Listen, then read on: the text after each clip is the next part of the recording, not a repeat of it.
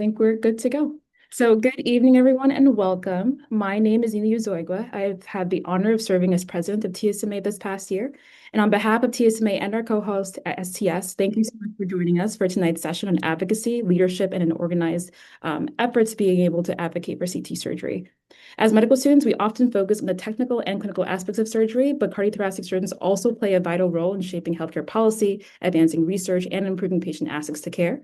So tonight's discussion will highlight how STS leads these efforts and how students can get involved through. And so thank you all for being here and that you find this session very informative and inspiring.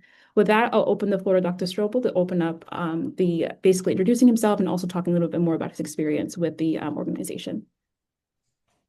Sure, yeah. Thank you for that introduction, and it's great to be here. So, my name's Ray Strobel. I'm a rising chief in the I6 program at the University of Virginia, interested in adult cardiac surgery. And what is advocacy and why does it matter to us as cardiothoracic surgeons? I think, and I imagine, just by definition, everyone here is already an advocate because to be a physician, means you're advocating for what you think is in the, best interests of your patients, whether that be a particular medicine, intervention, goals of care. That all is a form of advocacy. Now, of course, the advocacy that we're talking about tonight is advocacy as it relates to health policy, and that is just as important. It may not have the same individual impact, and it can be a little bit more challenging to see that impact in the short term. But let me tell you that in the long term, advocacy for health policy reform, in my experience, has a tremendous impact and can really, change a patient's life around the United States. And that's why advocacy matters, right? It's not separate from patient care. It's really integral to it. Um, and so, with regards to cardiothoracic surgery, our specialty is one that really is kind of contingent or relies upon strong advocacy for its own advancement, right? This is an incredibly technically complex specialty that relies upon constantly evolving and advancing technologies that oftentimes are very resource intensive, not just from, the device standpoint, but also requiring large teams with broad expertise to deploy these devices and to recover patients from our procedures. And when, all these different parties are involved, obviously a lot of resources are involved. And so then, you know, uh, our various, governmental organizations have a lot to say about that. And so it's incredibly important for, the people in the front lines, whether you're a medical student, a trainee, resident, fellow, or an attending, to be able to make the time to share your personal patient experiences with our policymakers.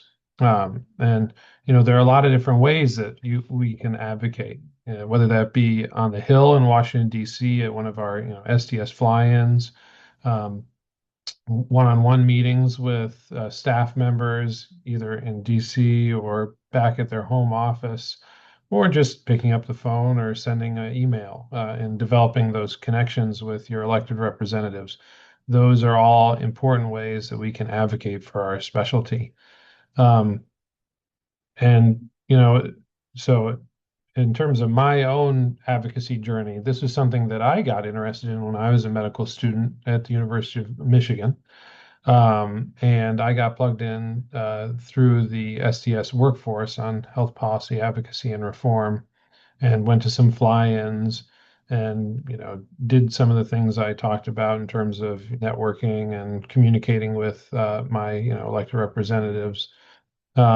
And it was an incredibly beneficial experience for me because not only did I feel like I was helping advance our specialty's cause, and you know paying it forward to our own generation, right? Because well, if you think about it, advocacy is going to most impact our specialty, not today or maybe this year even, but 5, 10 years, 15 years down the line. And so medical students, residents, trainees who are contemplating or have already committed to a career in cardiothoracic surgery are, going to stand to benefit the most from the specialty that we help create now with this advocacy.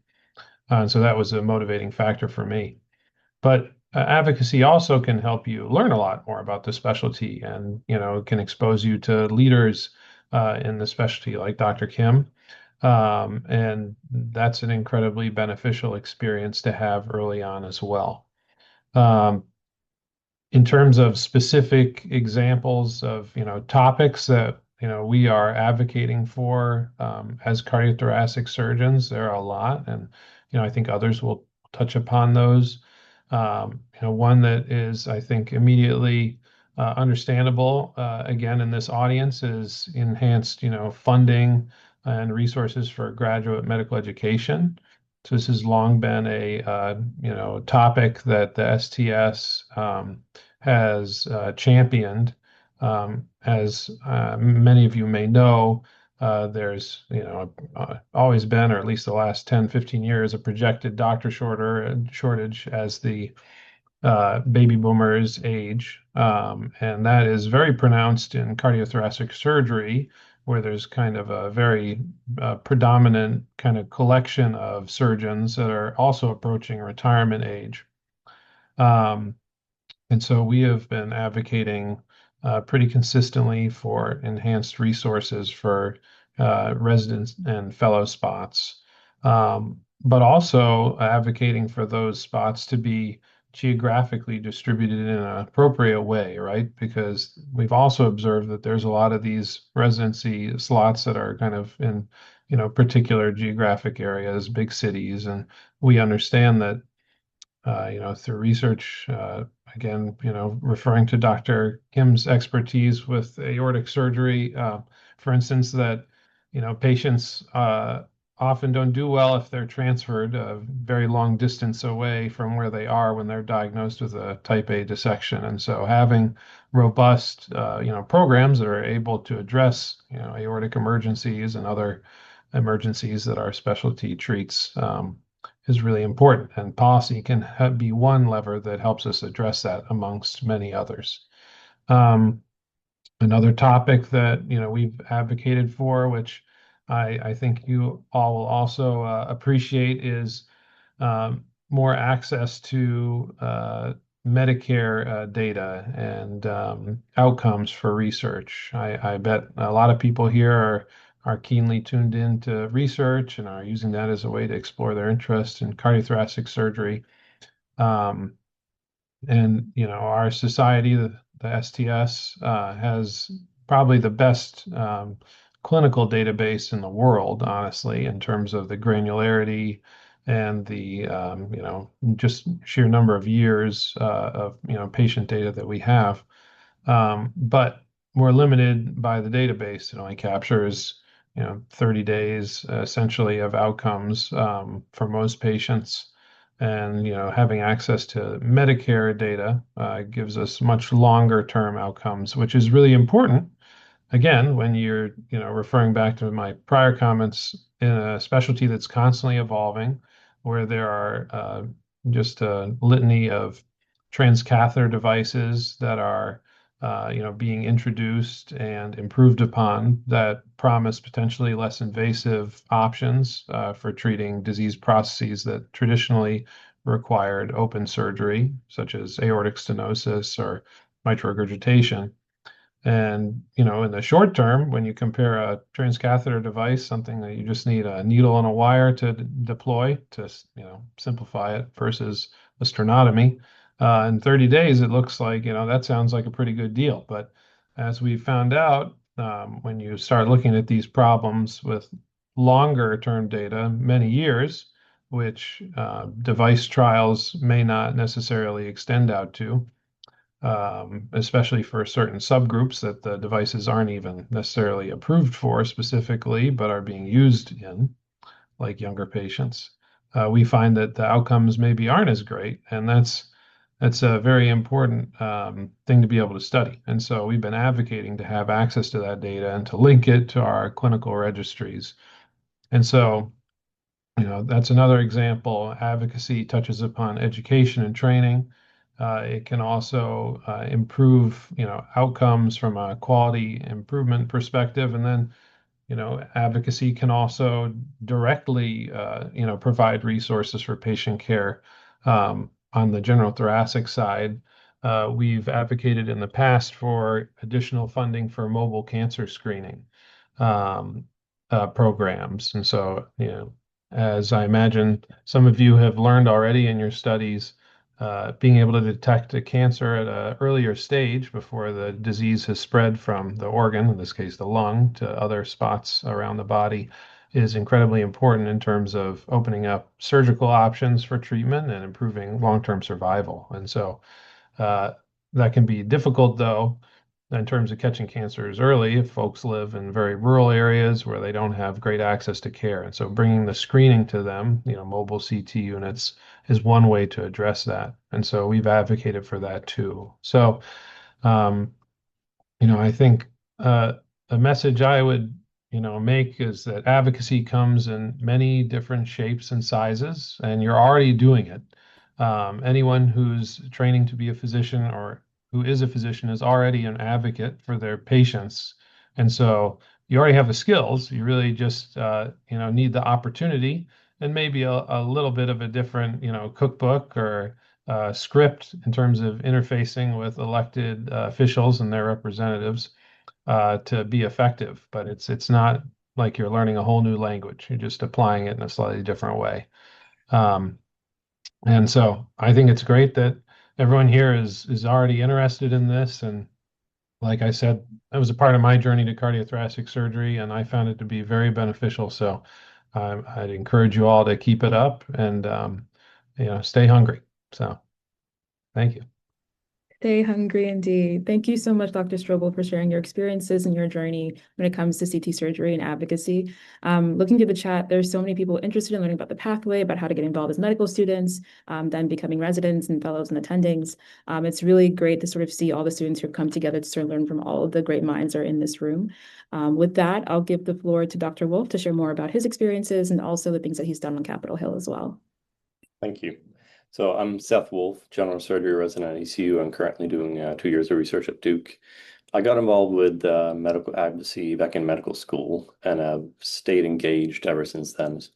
I've attended probably about a handful of STS legislative fly-ins at this point in DC, organized a lot of state level meetings, and have been a member of the joint STS-AATS workforce on health policy, advocacy, and reform for the past 6 years.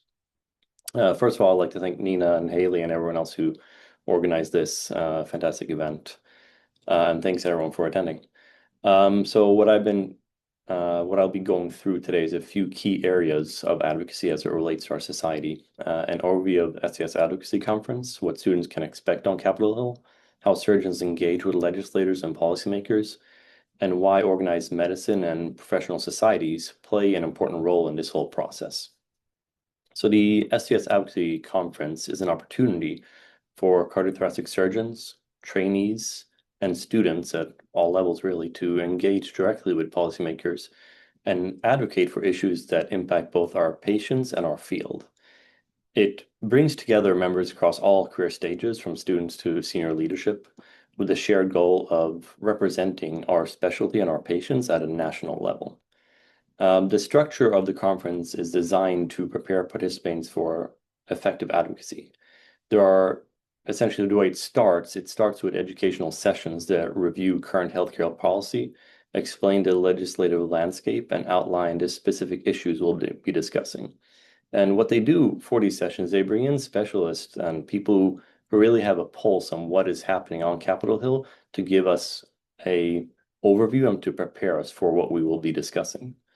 And the topics are directly tied to real legislation and real decisions that affect patient care and access to care, research funding, workforce stability, and innovation, just like all the examples Dr. Strobel gave earlier. One of the really unique and wonderful things about the STS Advocacy Conference is the diversity of its participants. Attendees, like I said earlier, range from medical students to the sitting president of STS. And that is a pretty exciting place to be. I remember first time I attended as a medical student student being in a room with 30 individuals, including STS presidents and leaders, and just being in awe of being able to be in the same room as everyone, and then actually being able to work one-on-one with these individuals and learn from them and participate as a real member. And regardless of your level of training or career, everyone participates. You're not just going to be a bystander who sits and watches. So for students, it really is a rare opportunity to be directly involved in a conversation that shapes healthcare policy. You will see firsthand how policy decisions are made, how priorities are set, and how physicians can help influence these decisions. And I do want to emphasize, just so everyone is aware, that if you are coming to one of these events as a student, you are well supported in the process. The STS advocacy staff is outstanding. Would never, send you into a room with a legislator by yourself and not knowing what to do. You'll be part of a team that includes experienced surgeons and leaders in the field, individuals who have done this many times previously. And that structure will allow you to learn in a guided environment and still have the opportunity to contribute. Because having all these individuals at different levels allows different stories and different perspectives to be brought forward to our policymakers. And that's really what they want to hear. They don't just want to hear numbers. They want to hear patient stories. They want to hear stories about your training, about your pathway. That's what makes the personal aspect of these events so important. Meetings on Capitol Hill will vary from the actual members of Senate or the House themselves, or quite commonly their legislative staff. And regardless of who you're meeting with, each meeting is very meaningful and important. The staff members are often the individuals who shape policy details and advise elected officials. So those conversations do carry real weight. Each year, the Workforce on Health Policy, Advocacy, and Reform identifies key priorities, and these priorities are translated into asks, which we bring to Capitol Hill. And they are tied directly to active or proposed legislation. So we might go one year, for example, this year, we went and asked people to co-sponsor a bill on mobile cancer screening, like Dr. Strobel mentioned earlier. So we come with a topic and an ask for that legislator that they can directly act on. During meetings, our role is twofold. First of all, of course, we want to clearly and concisely present these issues, framing them with real patient experience or clinical scenarios. But second of all, and equally as important, we want to build relationships. Advocacy is not a one-time interaction, it is an ongoing dialogue. Over time, these relationships that we build with these legislators and their staff creates a relationship where they see us as, potentially experts in the field that they can reach out to when questions arise.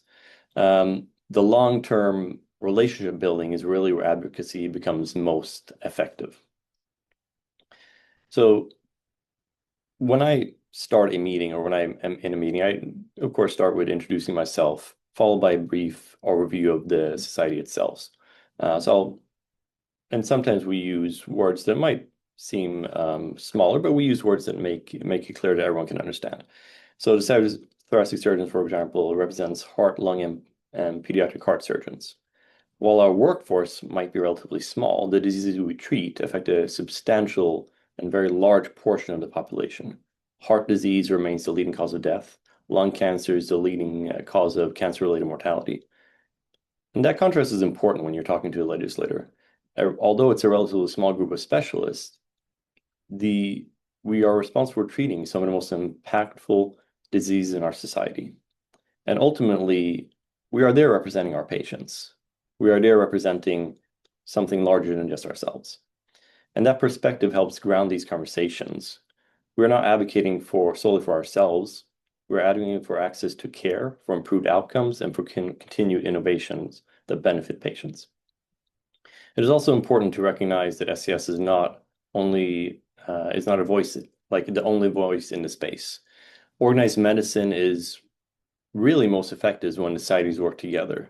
And we are not the only society. There are hundreds of societies out there that all advocate for patients that overlap. And we commonly collaborate with them to make our voice larger and more heard and be more effective in the space. When these groups align, the collective voice becomes much stronger.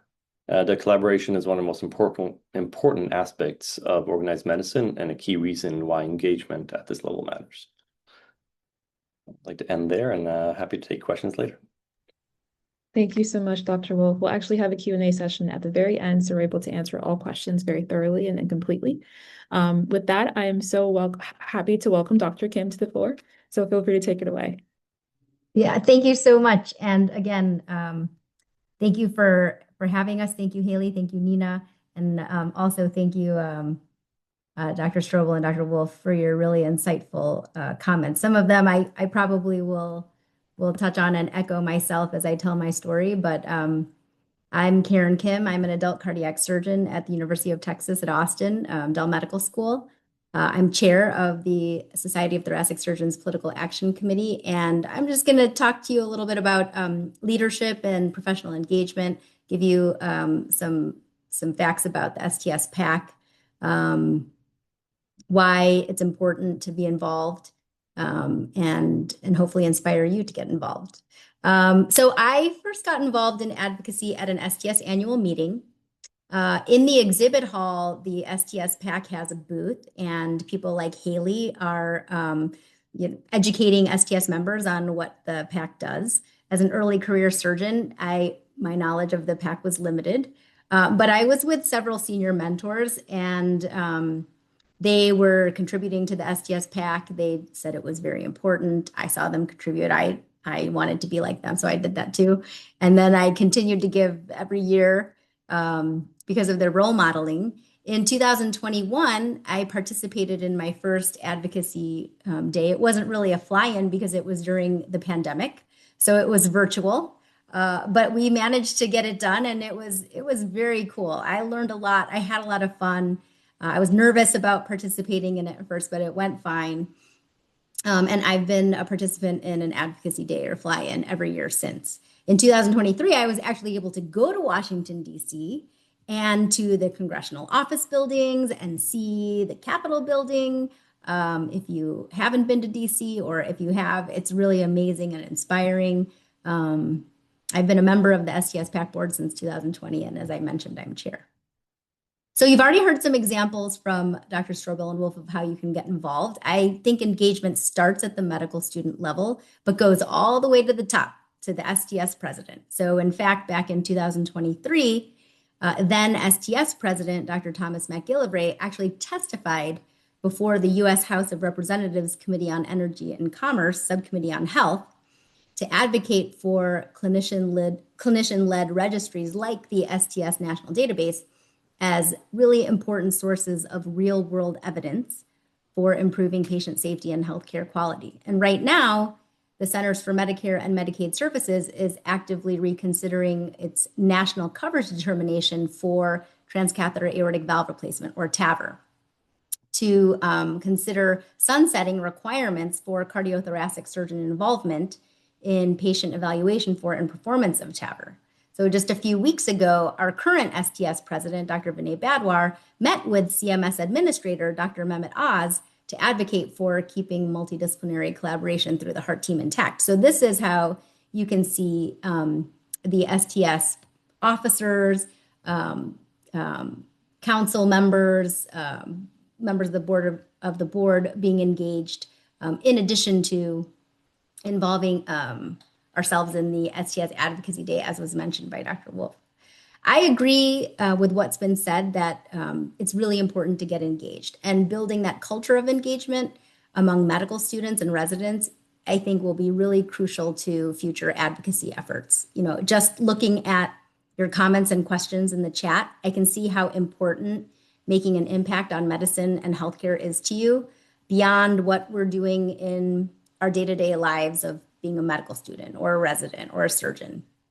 And I'm hoping that if you see what the opportunities are from the beginning, you can, over the long arc of your career, find ways to creatively integrate advocacy beyond even just participating in a fly-in. So for example, and Dr. Strobel has mentioned some of these, maybe more than some of the older surgeon STS members, you might be more readily willing to write to your House representative or senator about very important issues. The STS actually has a website that makes it really easy to do this when you input your email address and your zip code. You might be more willing to form a personal relationship with your legislator or other legislators who are similarly aligned on the issues that are important to you. There are local town hall meetings that you might want to go to. You might invite a legislator to come to your hospital, to your medical student classroom, to your rotations, to your practice when you're a surgeon. And you can then become a source of knowledge, an expert opinion for that legislator. They'll turn to you when they have a question come up or an important bill. And then maybe you will also, as an expert, testify or provide insights to a relevant government committee or agency. So yes, you might be asking yourself or saying to yourself, I'm not an expert on healthcare policy. I don't have a master's. I don't know what these issues are. And as Dr. Strobel said, the truth is you're an expert on your own story. So why did you decide to become a doctor, a surgeon, a cardiothoracic surgeon? How long has the commitment been for you? What are the sacrifices you've made? How much debt are you in? How is that going to impact your career choice? When you've seen patients in the hospital, in clinic, in a free clinic, if you volunteered at one, what have been the major problems with their cardiovascular health, cancer care, access to care? These are questions that you can already answer right now and that are very relevant to issues that impact our specialty and our patients. And as you continue in your career, you're only going to have more and more of these relevant experiences that you can speak to. So yes, legislators and their staffers, they know the statistics, but what they don't know and what they're very interested in are the stories of their constituents. And you are a constituent. You're a voting member for your congressional representative and your senator. I was nervous the first time I talked to a legislative staffer. I think at the time we were talking about TAVR, maybe the heart team, the database.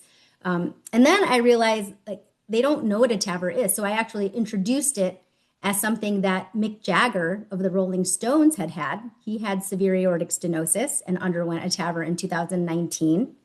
And so some of them didn't know who Mick Jagger was, but so you know they haven't done a TAVR. I was able to describe what it was. They don't know why it's better than a surgical aortic valve replacement, how they're different.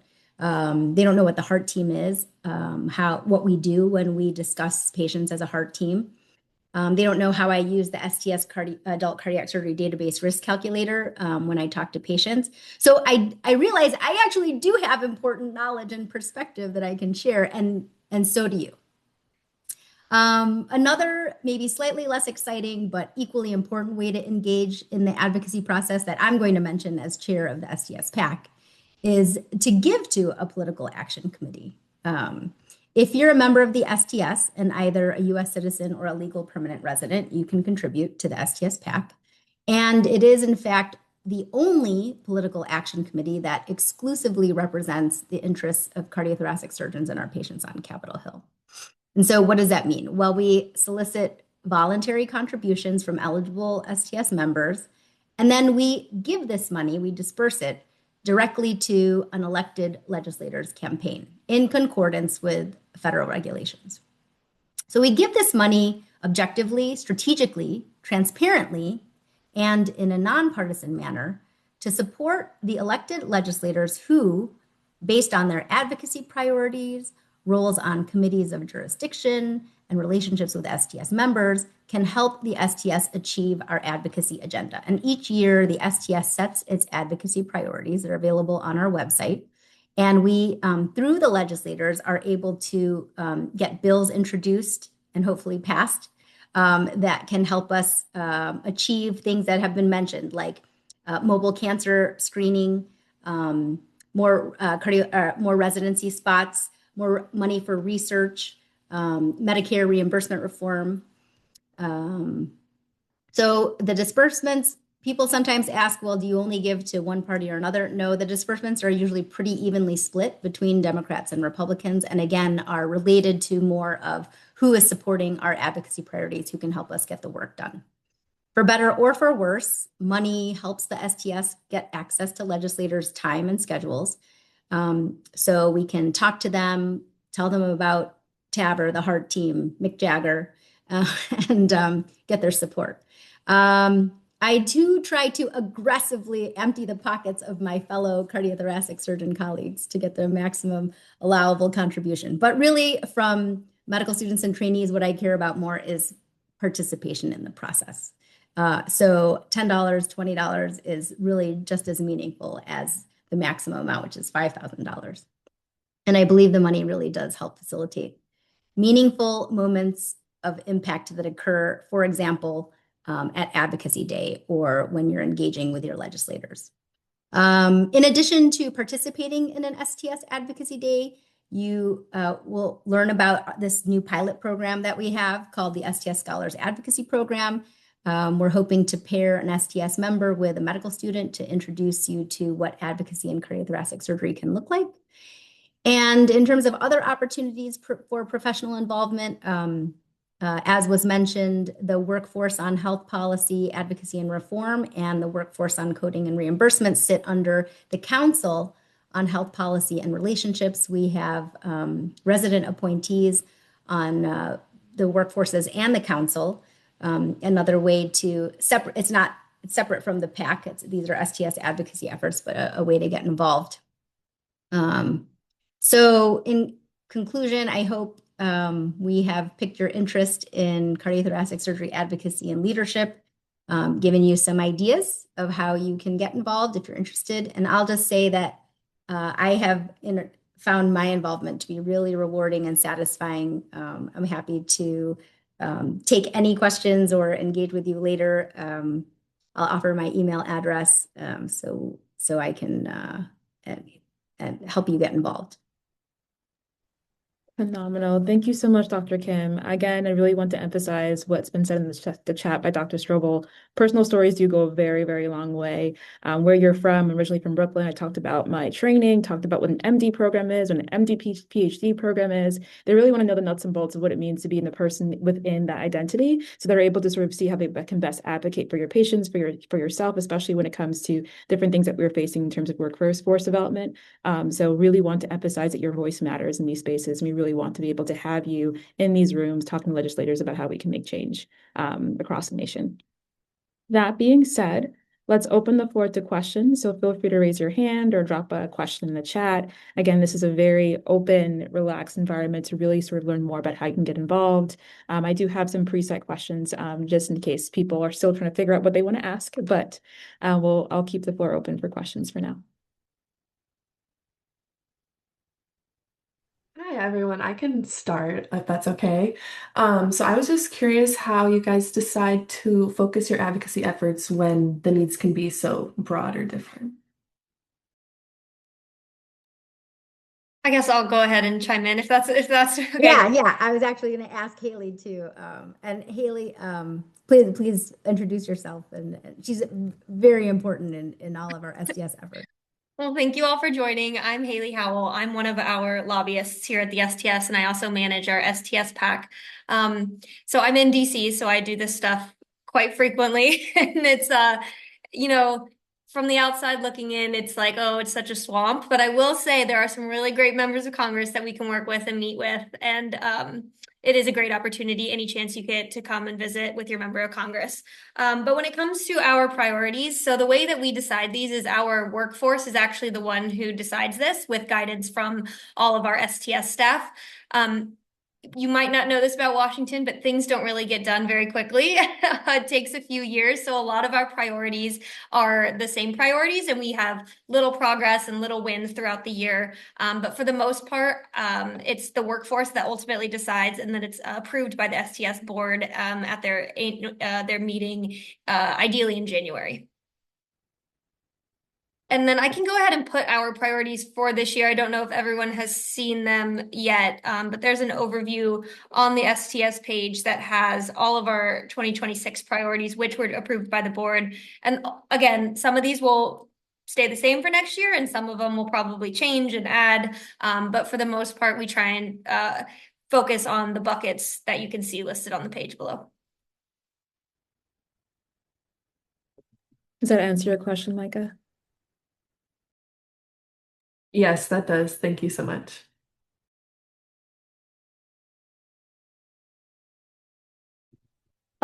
I can go next. One thing I was thinking while you all were talking was obviously CT surgery training and practice are so demanding. How do you protect time for advocacy in your day-to-day life without sacrificing training or research or personal life?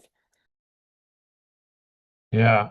Well, you can never compromise your training, right? Because ultimately, cardiothoracic surgeons are surgeons, and people are depending on you to be there for your loved ones in their most dire need. And so that is a non-negotiable part of who we are. So I think that most surgeons would just say that you make it work.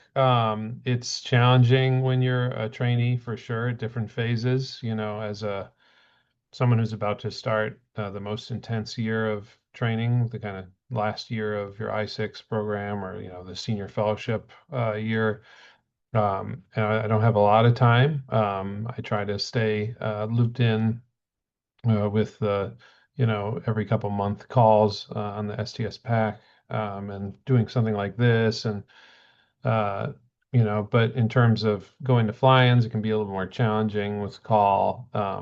I found that, as you get farther along, you're able to, help with advocacy by mentoring people like yourself and residents and medical students within our own program, and getting them excited about advocacy, and then having them go to the fly-in. So like our PGY2 Monroe McKay went to the fly-in this year, and he had a really good experience, and I was able to chat with him before and after. And so, you just have to be creative and flexible and understand that your bandwidth and ability to participate will wax and wane with the responsibilities that you have as a physician and a medical student, and that's okay.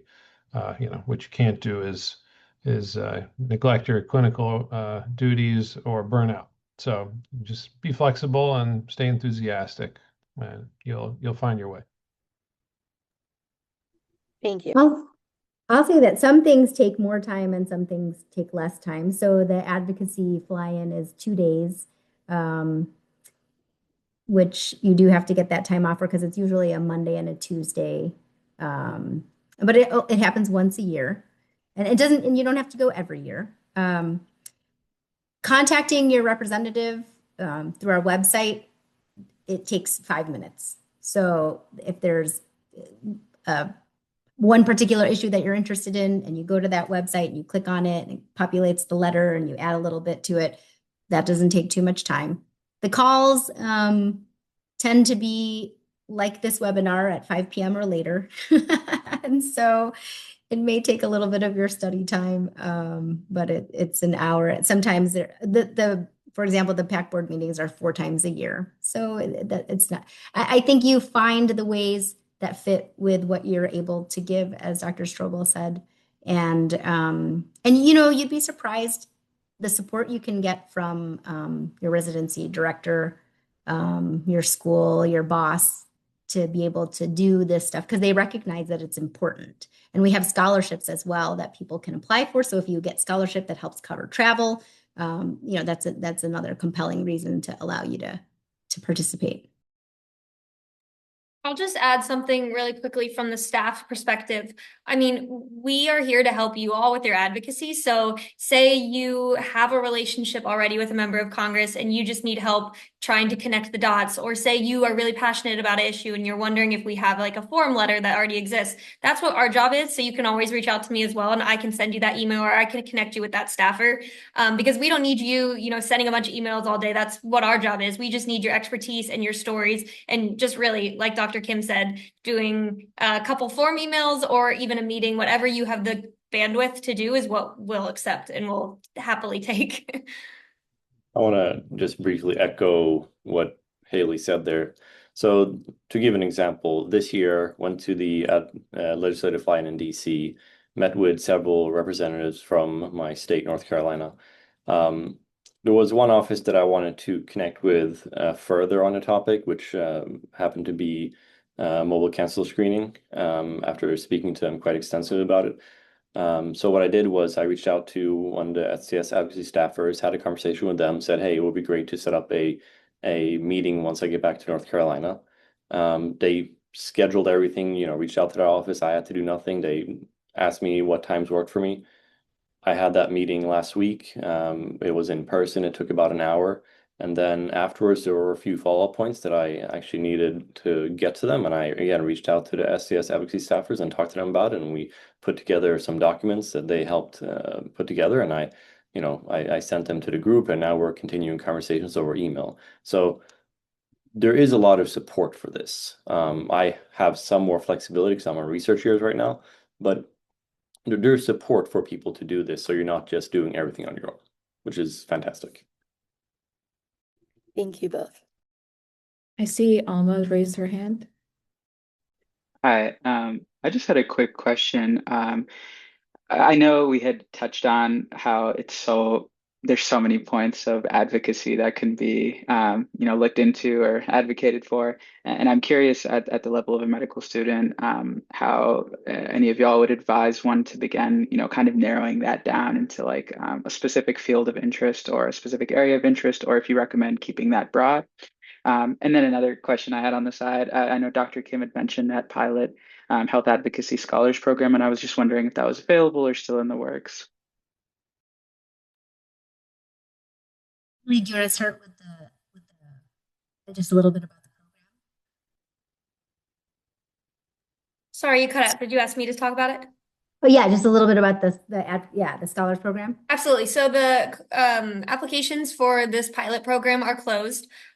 We did have a lot of applicants. So unfortunately, because it is a pilot program, we're going to keep it smaller this year. But that doesn't mean you can't also still attend the advocacy conference, even if you aren't selected. We will have other scholarships to attend the conference outside of just the program. And hopefully we'll continue to expand the program next year as well. So that will open up in ideally late March of next year. So just keep a lookout for that. And I would say with regard to, I would take a look at the priorities that we have. And I would, while some might resonate more with you. I mean, cardiothoracic surgery as a specialty is already small enough as it is. I mean, we deal with very big things, but we're a small specialty. I would, be familiar with or take a look at all of them, because you want to be able to speak for any of your patients. And you're still a medical student. So as a resident, you're going to have patients who have thoracic surgical disease, cardiac surgical disease, and who have congenital heart disease. And so knowing what all of your patients need, I think would be better than just knowing one small area. Did I answer your question, Alma? Yes, thank you. No problem. Manuel? Hi, thanks for doing this webinar. Super interesting stuff. I was curious, when you meet with a staffer or a representative, how niche or focused should those conversations be? Or do you just broadly talk to them about everything as their constituent? Like because I once met with one of the, my local representative staffers, and I didn't go with any specific talking points. I mostly went with frustrations, and I didn't feel that the meeting was productive. And so I'm curious how one should enter that, because everybody says you should advocate, and I felt really inspired and empowered, and then I got to the meeting and kind of floundered. That's a great question. And it's speaks on a very important topic, and one that, again, our legislative staffers and our workforce really helps with a lot. When we go to a legislative fly-in, we come with usually 3 asks. So we come with 3 specific topics with actionable items tied to them. When you're holding a meeting locally, I usually try to set between 1 and 3 topics that I'm going to discuss. As I mentioned my story previously, with my meeting that I held with the legislative office here just last week, that was focused on one single topic. And we spent an hour on that one topic. Really were able to dive into it and spend the time on it. So you're going in with actionable questions and asks that you can actually do something meaningful with. Although there is absolutely a space for you to, talk about broader topics. The staffers and their offices hear a lot of voices. We are one of many. So if we come in with a set asks, they can do much more with that. And that's something we provide to you before you go into a meeting. Awesome. Thank you. Great. David? Yeah, oops. Yeah, I have a question regarding lung cancer screening program advocacy. Because as a first year medical student, when I think about lung cancer screening and early detection, the first specialties that comes to my mind are more primary care related specialties or radiologists or pulmonologists. So I was wondering what are the unique roles that CT surgeons play in lung cancer screening program, and why do you need CT surgeons advocating for lung cancer screening program? Yeah, well, CT surgeons are positioned to understand, intimately the impact that, early intervention, i.e. surgery, can have on these patients. And it's interesting, you bring up primary care and even, pulmonologists. And for whatever reason, I think there were some early studies about the low dose CT scans that had pretty high rates of false positives and pneumothoraces related to needle biopsying, CT guided biopsies, and that really unfortunately turned off a lot of people to the low dose CT screening. Now, we do a lot of these biopsies, some of them with, CT guided biopsies, but even way more now with EBUS. So it's endobronchial ultrasound guided biopsies. So there's a much lower risk of pneumothorax. And um, the reality is that we just have a better perspective because we're doing this every day. And primary care doctors, yeah, sure, they see people who need lung cancer screening, but they also deal with people with diabetes, hypertension, their major depressive disorder. They have a lot of balls that they have to juggle. And so, as the experts who deal with this every day, we really understand and have the personal stories, as others have mentioned, to kind of tie together the need with the impact for our representatives. Now, certainly, we always do look for partners with regards to our, advocacy priorities. I don't recall specifically if for that priority, if we partnered with radiology. Haley might know that off the top of her head, but we partner with other, physicians very frequently because a lot of these topics, stand to benefit all of medicine, such as the graduate medical education topic I mentioned earlier. So, yeah, good question. Yeah, that is a good question. I'll just echo what Dr. Strobel said about working with the other societies. Very little of what we do is done in a silo. The majority of the legislation we work on, the majority of the letters we write, et cetera, are all done with our other coalition partners. So like the mobile cancer bill, we actually wrote with the American College of Radiology. We're working with the American Academy of Family Physicians to put together lung cancer screening resources. So it's not just a CT thing, but it is the bill that we wrote. So that's kind of why we're highlighting it, but absolutely we work with every society on this. Okay. Awesome. Thank you. Yeah, I also see that Haley dropped a link, an article from Dr. Hedrick, so feel free to go through that as well.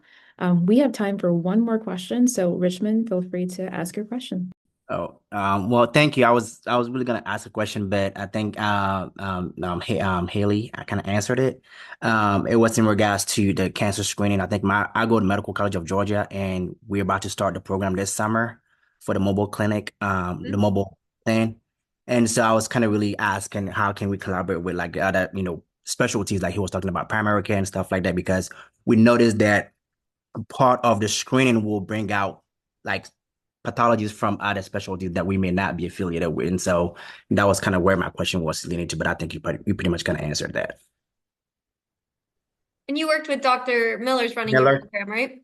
Yes, yes, ma'am. Yeah, he works really closely with us to help get the funding through that through appropriations request, which is through Congress, but not through this bill, which is we can do a whole other hour webinar on appropriations requests. Well, thank you very much for Interesting. elaborating.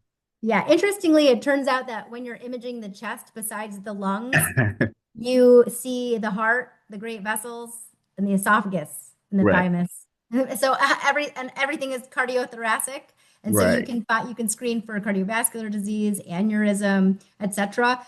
Maybe sometimes breast tissue, but a Mhm. lot of what is in that imaging area we already are involved in, so which Okay. is great for.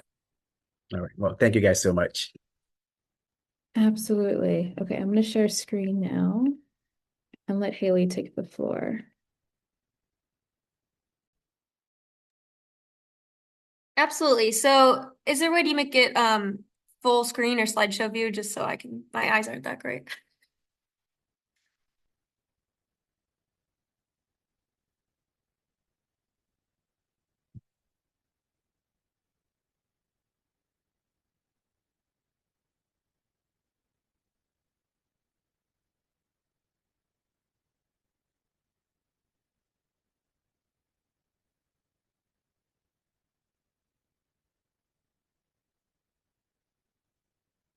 Well, that's okay. We'll make it work. Okay, so on the left, you can see the Advocacy Scholars Program, which we've discussed a little bit about already. So the applications for this year have closed. If you are selected, we're hoping that you'll hear from us in June. We're currently in the process of pairing up the residents and the attendings for the program. Ideally, we will find residents and attendings who are near you geographically. So not only do you have the opportunity to meet up via Zoom or with a legislator or a member of their staff via Zoom, but also a potential site visit at the hospital or just an in-person meeting, which makes this program even better. So we're in that process. And again, if you are not selected, the program will continue to grow. And you can also still attend the fly-in, which is in March every year in Washington, D.C. So we will have scholarships outside of the Advocacy Scholars Program just for medical students. So as always, keep an eye on the STS website. If you aren't, for whatever reason, an STS member and you're interested in getting involved, please reach out to me and I can send you that as well. As Dr. Kim mentioned, the PAC is not our only advocacy tool, but it is one of our strongest. So we would love you to support the PAC, but if that's not currently in the cards right now, there are other opportunities, like we've mentioned throughout this entire webinar, whether it's the action alerts, whether it's setting up meetings, getting involved on Twitter. Our STS Advocacy Twitter doesn't get a lot of interaction. And so if you have a lot of followers and you'd like to start getting involved in that, please feel free to reach out. We feel strongly that getting involved with advocacy at the medical student level and then continuing, as you've all mentioned, you're very interested in through your training and as an attending, is just how we get the deepest relationships with these legislators and just with our staff in general and how we can help each other out. So I'm here. We have an entire DC staff that's here to be helpful. So if you have any questions at all, whether it's about getting involved in advocacy day to day, the program, the fly-in, the PAC, just let me know and I'll go ahead and put my email in the chat as well. Absolutely. Thank you so much, Haley. I also want to make the announcement that TSMA is expanding. We're actually going to build a political advocacy committee for our students. So we're going to be releasing our leadership application sometime in June and July. So be on the lookout for that and be able to apply to be at the forefront of being able to help organize these events, this programming, work very closely with STS PAC to get this moving forward. But I think that concludes today's webinar. So I want to take a moment to give a huge thank you to Dr. Strobel, Dr. Wolf, Dr. Kim, and Haley for all that you've done and being able to put this all together. Everyone can join me in the round of applause to applaud them for their time, their experiences, and their authenticity for being able to share what they've shared today. We really are so thankful, so grateful for being able to learn more about how to advocate in CT surgery. Again, this is a space where many of us have never even heard of or tapped into or spoken to people about. But to hear these real and authentic experiences raw was really great, a great opportunity for people to sort of look into this door and to these opportunities. So thank you so much for your time. Thank you so much for this effort, for this space. This is the first of many, and we look forward to being able to continue this collaboration for years to come. So thank you all, truly. Thank you. Yeah, this was great. Thank you. All right. Everyone.